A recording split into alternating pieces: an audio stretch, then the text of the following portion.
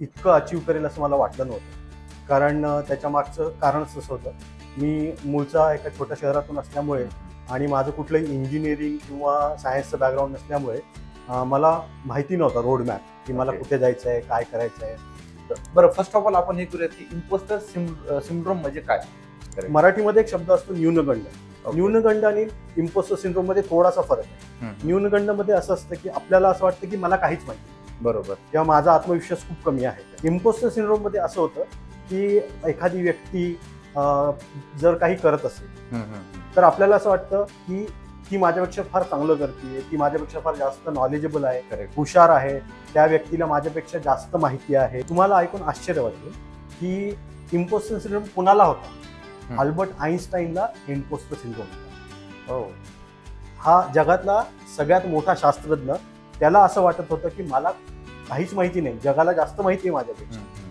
आणि as a fresher म्हणून join करतो. बरोबर. जॉईन केल्यानंतर आपण खूप काही लर्न करतो, खूप काही अचीव करतो, खूप इनपुट देतो आणि 4-5 वर्षानंतर आपल्याकडे खूप काही अचीव करायसारखं असतं. पण त्यातून पण आपल्याला असं वाटतं की अरे मी काही अचीव नाही केलं. एखादी मीटिंग सुरू आहे, करेक्ट, आणि मीटिंगमध्ये चर्चा सुरू आहे, विषय सुरू आहे, आणि एखादी व्यक्ती हात वरती करते किंवा उभं राहून एखाद्या विषयावरती बोलते. बरोबर. आणि बोलल्यानंतर तुम्हाला जाणवतं अरे हे तर मला आधीच माहिती होतं. त्यासाठी तुम्हाला हे फक्त डिफरन्शिएट करायला लागेल की इम्पोस्टर सिंड्रोम काय आहे आणि तो कुठे तुम्हाला जाणवतो. करेक्ट. त्यांच्यासाठी इम्पोस्टर सिंड्रोम जे आहे त्याला ओव्हरकम कसं करणार आपण? फार छान प्रश्न. त्यामुळे त्याच दृष्टिकोनाने ते जॉब शोधत असतात, त्याच दृष्टिकोनाने ते पुढे फ्युचरकडे बघत असतात की मला जॉब काय मिळेल.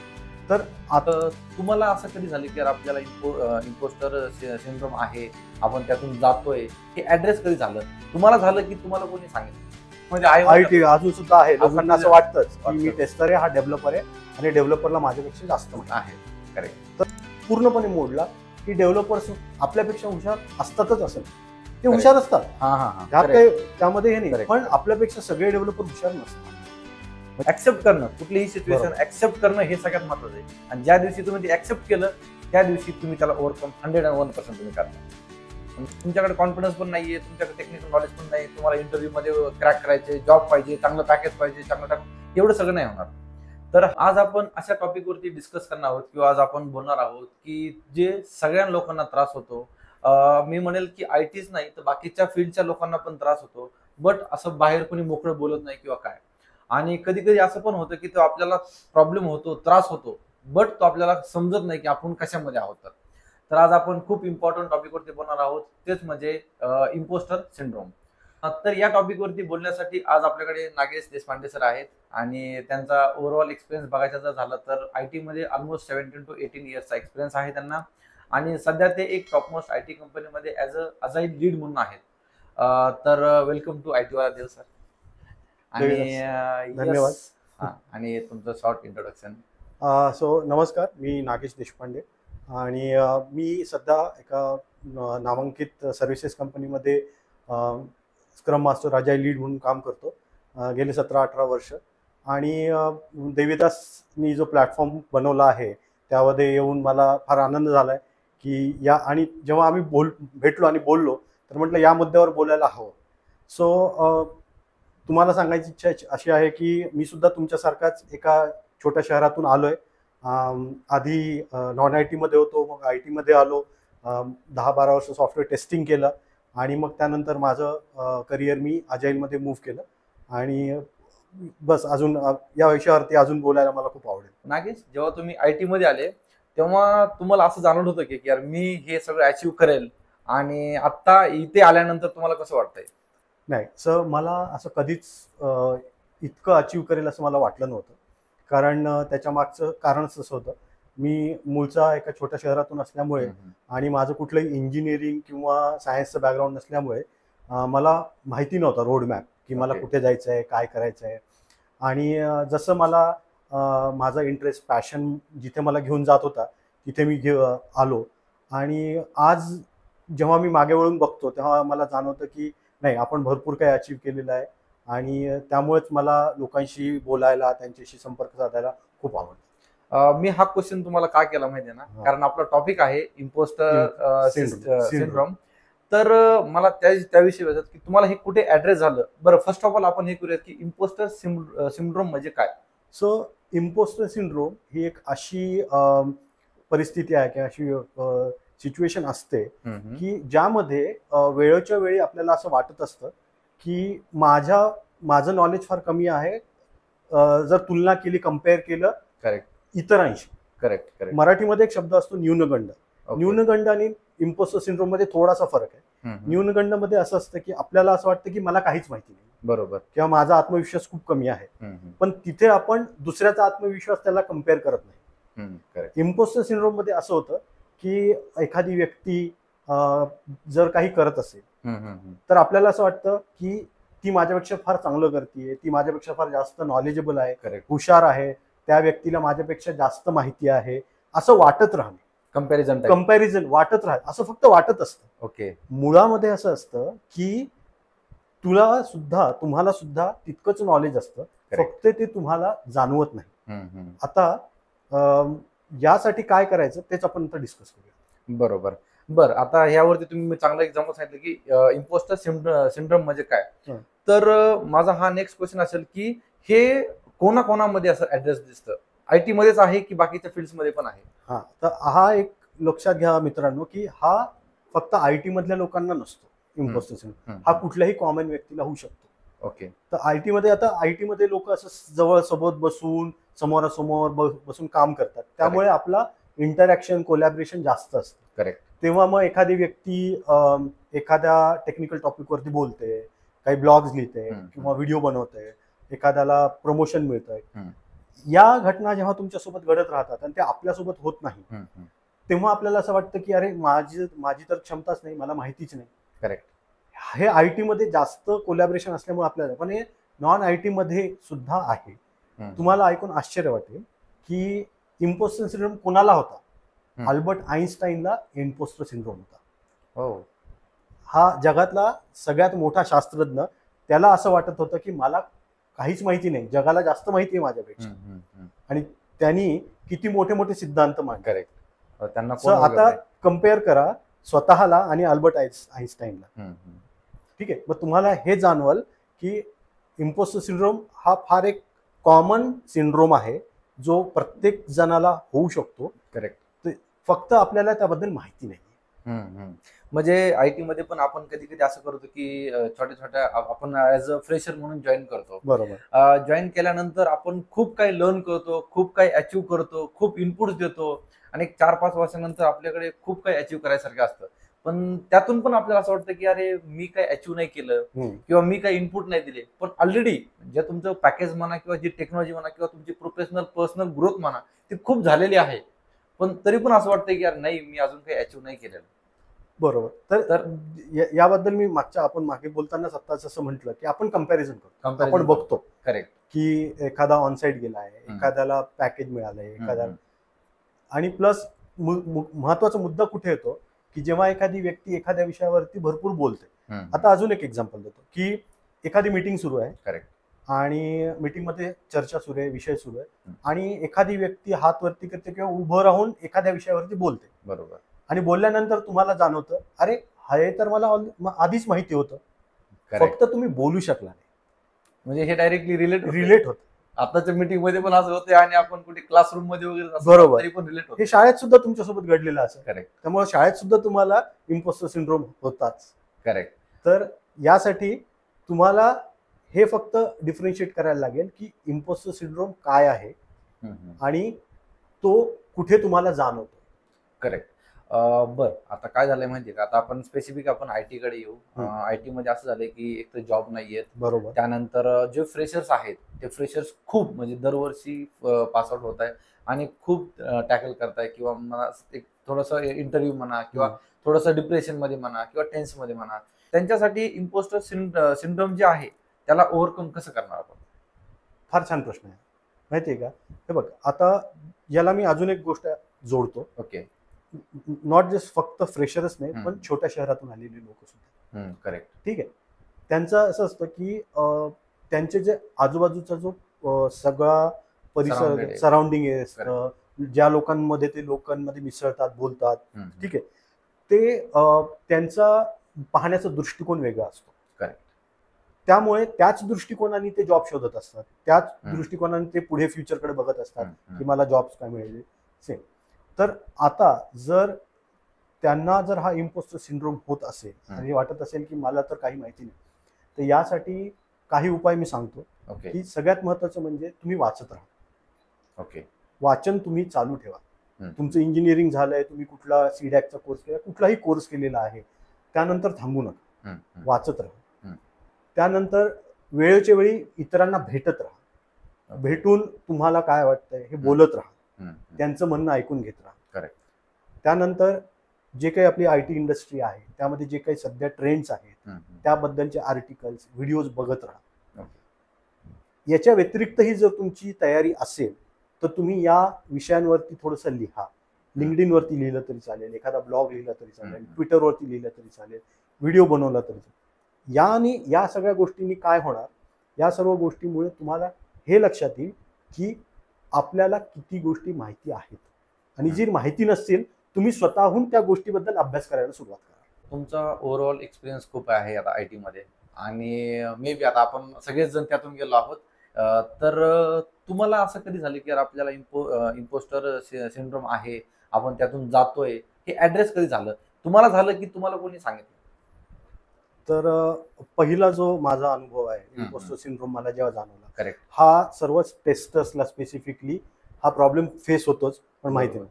बरोबर. तर आपल्याला ॲज अ टेस्टर, मी जेव्हा टेस्टर होतो तेव्हा मला असं नेहमी वाटायचं की हा डेव्हलपर आहे आणि हा माझ्यापेक्षा खूप जास्त हुशार आहे. ओके. मला नेहमी वाटायचं. हा.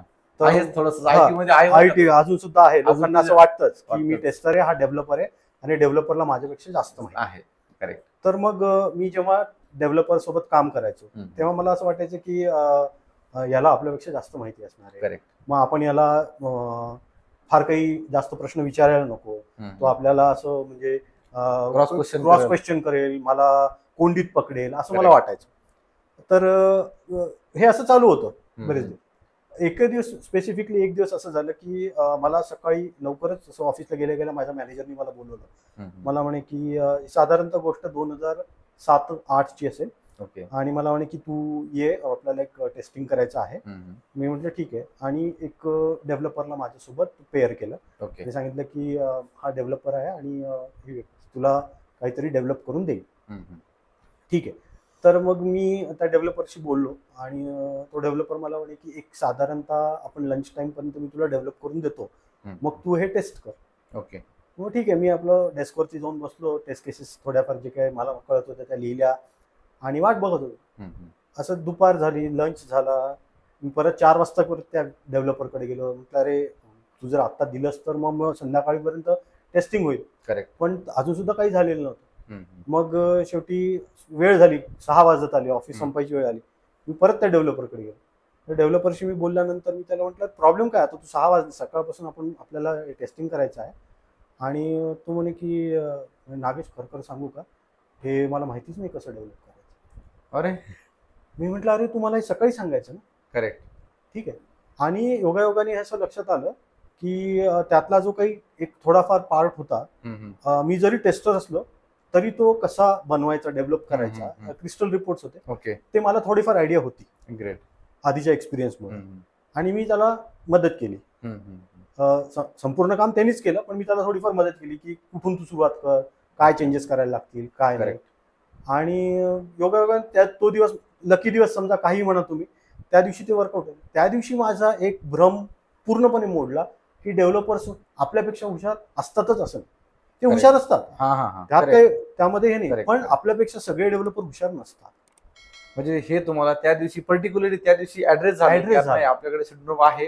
पण मग तुम्ही त्याला ओव्हरकम कसं केलं नेक्स्ट डे पासून? बरोबर. मग त्यानंतर मग माझा कॉन्फिडन्स भरपूर वाढला, कारण मला हे कळालं होतं की चला आपल्याला पण बऱ्याचशा गोष्टी माहिती आहेत. करेक्ट. असं नाही की मला काहीच माहिती नाही. ठीक आहे. तर मग ह्या गोष्टी जेव्हा माझा चांगला कॉन्फिडन्स वाढला, त्यानंतर मग मी माझं तो कॉन्फिडन्स माझ्या कम्युनिकेशनमध्ये, बोलण्यांमध्ये आला. मग मी डेव्हलपर्स ज्या गोष्टी करतात त्या गोष्टीमध्ये इंटरेस्ट घेऊ लागलो की ते काय करतायत बुवा एक्झॅक्टली, हे मी समजून घेऊ लागलो. त्यामुळे मला गोष्टी जास्त कळू लागल्या. जसं मी आधी सांगितलं की मी वाचन वाढवलं आणि ह्या गोष्टींनी बराच फरक पडला. त्यामध्ये महत्वाचं कसं आहे की तुमचा आत्मविश्वास तुम्हाला कायम चेक करायचा आहे तुम्हाला. करेक्ट. ठीक आहे, तुम्ही त्यावरती जर काम केलं तर तुम्हाला इम्पोस्टर सिंड्रोम हा कमी होईल. हे बघा, इम्पोस्टर सिंड्रोम हा वारंवार होतो, असं नाही की तो एकदाच होतो. बरोबर. ठीक आहे, जसं मी आता आधी सांगितलं की मी टेस्टिंग मध्ये होतो, मी टेस्टिंग मधून मग मी अजाईल मध्ये आलो. अजाईल मध्ये आल्यानंतर सुद्धा मला इम्पोस्टर सिंड्रोम झाला होता. करेक्ट. ठीक आहे, पण मला तेव्हा कळालं होतं की हा इम्पोस्टर सिंड्रोम आहे, कारण आधीचा अनुभवला मी आता इथे जोडू शकलो. करेक्ट.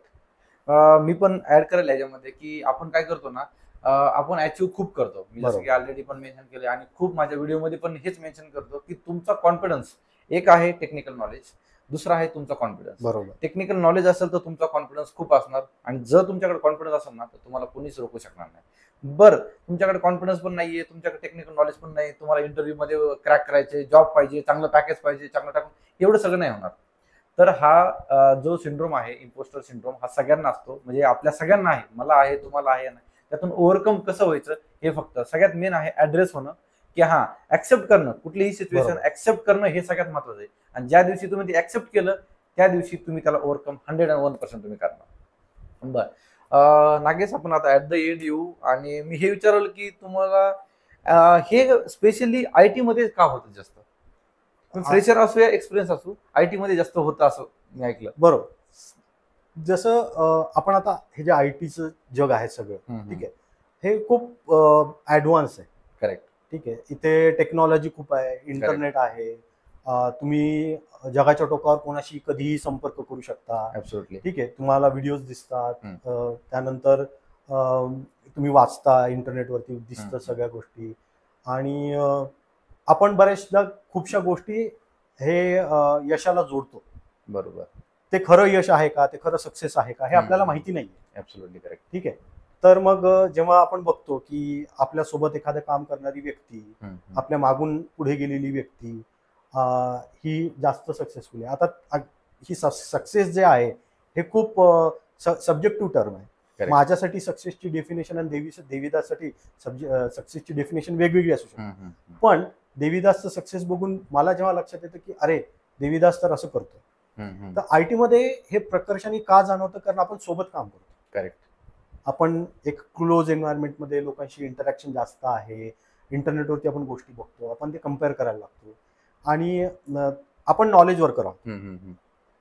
आयटी मध्ये आपण नॉलेजवर करतो, त्यामुळे कुठेही आपल्याला असं जेव्हा दिसतं की एखादी व्यक्ती एखाद्या अशा विषयावरती बोलते की जी गोष्टी आपल्याला माहिती नाही किंवा ज्या गोष्टीबद्दल आपल्याला कमी नाही, आपल्याला लगेच तो इम्पोस्टर सिंड्रोम जाणवायला लागतो.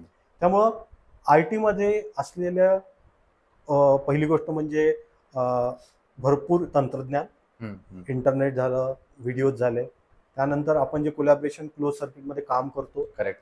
आणि काही प्रमाणामध्ये याला आपण स्वतः सुद्धा जबाबदार आहेत, कारण मी असे लोकांशी बोललेलो आहे, भेटलेलो आहे की जे वाचन त्यांचं कमी आहे, जे कुठलंही मटेरियल किंवा ब्लॉग्स वाचत नाही, किंवा त्यांचं कोलॅबरेशन स्किल्स कमी आहे, ह्या लोकांना हा लगेच त्रास होतो इम्पोस्टर सिंड्रोमचा. करेक्ट. सो त्यामुळे आयटी हा प्रकर्षाने आपण काम करतोय क्लोजली म्हणून आपल्याला जाणवतं की यामध्ये हा जास्त प्रमाणात पसरलेला आहे. थँक्यू नागेश. तुम्ही म्हणजे हर एक क्वेश्चनच्या एकदम म्हणजे स्वतःचा एक्सपिरियन्स म्हणा किंवा तुम्ही बाकीच्या ज्या काही गोष्टी आहेत, जेवढा तुमचा आयटीचा एक्सपिरियन्स होता तो पण शेअर केला. आणि मेन काय असतं ना की तुमचा कॉन्फिडन्स, तुम्ही जसं की मेन्शन केलं की जोपर्यंत तुमचा आत्मविश्वास, कॉन्फिडन्स तुमच्याकडे आहे तो तेव्हा तुम्हाला कोणीच नाही रोखू शकत. आणि खूप साऱ्या क्वेश्चनचे एकदम म्हणजे निवांत म्हणता येईल, आपण असं काही फॉर्मल नाही किंवा काय नाही, निवांत गप्पा येईल, त्यांचा पर्सनल एक्सपिरियन्स म्हणा किंवा फ्रेशर्सला एक्सपिरियन्सला लर्निंग म्हणा. तर थँक्यू सो मच. तुम्ही खरंच खूप छान एक्सप्लेन केलं, आणि जे आपले सबस्क्रायबर व्ह्यूअर आहेत त्यांना खूप हेल्प होईल. काय असतं ना की मी जसं बोललो की तुम्हाला सिच्युएशन ऍक्सेप्ट करता आली पाहिजे, आणि ते ओव्हरकम करता आलं पाहिजे. तर या व्हिडिओमधून किंवा या पॉडकास्टमधून नक्कीच जे फ्रेशर्स आहेत, जे एक्सपिरियन्स आहेत, त्यांना हेल्प होईल. आणि हा पॉडकास्ट जर तुम्हाला आवडला असेल तर नक्की लाईक करा, आणि कमेंटमध्ये सांगा की तुम्ही कधी ह्या सिंड्रोम मधून तुम्ही गेले आहात, तर आणि गेला आहात तर तुम्ही ओव्हरकम करण्यासाठी काय केलं आहे. तर त्यासाठी पण मला, आणि ज्यांच्याकडे आहे आणि ज्यांना असा काही प्रॉब्लेम येतोय त्यांनी पण मला कमेंट करा. नक्कीच मी आणि नागेश सरांना पण मी सांगेल की तुम्ही पण थोडंसं कमेंटमध्ये रिप्लाय करायचा प्रयत्न करा. आणि येस, थँक्यू नागेश सर. आणि एक आयटी वाला देवतर्फे एक छोटंसं gift. Thank you Devidas. Thank you thank you. Thank you thank you and thanks for coming. So podcast आवडला असेल तर लाईक करा, चॅनलवरती नवीन असाल तर सबस्क्राईब करायला विसरू नका. Thanks for watching. Till then, bye bye. Bye bye.